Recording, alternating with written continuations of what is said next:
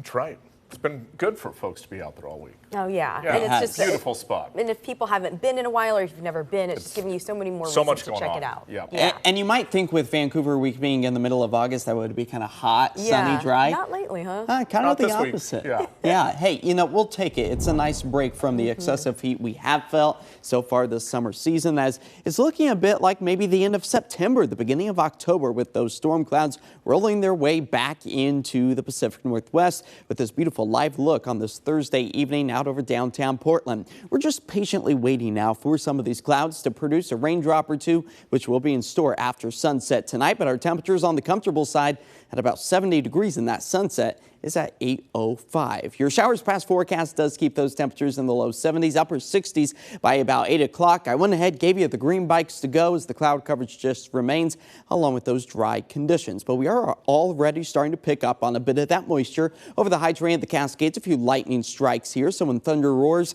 be sure to head indoors, with a few isolated rain showers also starting to bubble up over the Coast Range, eventually closing in on the I-5 corridor, bringing back some beneficial showers. It's all because of this guy, a low pressure system spinning just to our west, helping to draw in a lot of that Pacific moisture, but also some cooler Canadian temperatures. So that's why we're seeing a big temperature drop from the low 80s, which is our average for this time of year, to maybe the mid-60s by the time we roll our way through the end of the week. But already producing some measurable rainfall along the coast, nearing about 1/10 to over 1/4 of an inch in places like Astoria. A lot of goose eggs, though, for the northern Willamette Valley. We'll start to wash those zeros away and replace them with maybe even close to a 1/2 inch in some locations. As a rumbler or two is a possibility over the Cascades and the I-5 corridor for the rest of this evening, but then it really becomes more widespread all of Washington, much of the state of Oregon, expecting to see some form of moisture, which might have a bolt of lightning and a rumble of thunder with it, which would all be good news because we desperately need to see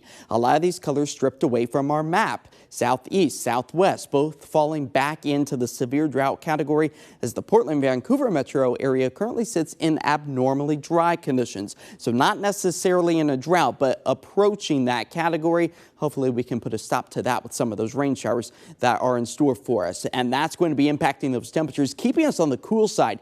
These are daytime highs as opposed to overnight lows we have been experiencing. 65 for Friday, and then for those summer lovers, no need to fear. Drier, sunnier conditions and temperatures approaching 90 degrees are possible 1 week from today. So it all plays out as followed. An upper level low pressure system slides in overhead, and then we kind of stabilize the jet stream. That allows us to warm back up into the 70s and low 80s before a ridge of the summer heat once again builds across much of the Pacific Northwest, and that will bring those temperatures close to the 90-degree mark. So let's time out those rain showers for the rest of this evening. Those yellows and oranges, a good indication of heavier downpours where we could have an embedded rumble of thunder, a bolt of lightning, even into the 2-3 o'clock hour tomorrow morning. Those persistent rain showers likely going to be taking us through much of the day Friday, helping to maybe even drop our snow elevation level down to about 6,500 feet.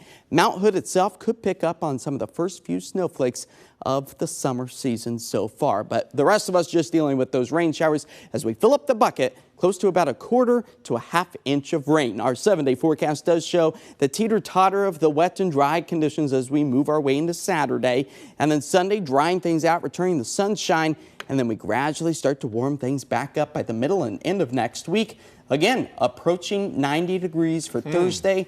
So it will be a bit of a shock to the system to experience tomorrow, 65 to almost 90 by the end of the week. Yeah. Big weather swing for us. Big swing. All right. Thanks, Josh.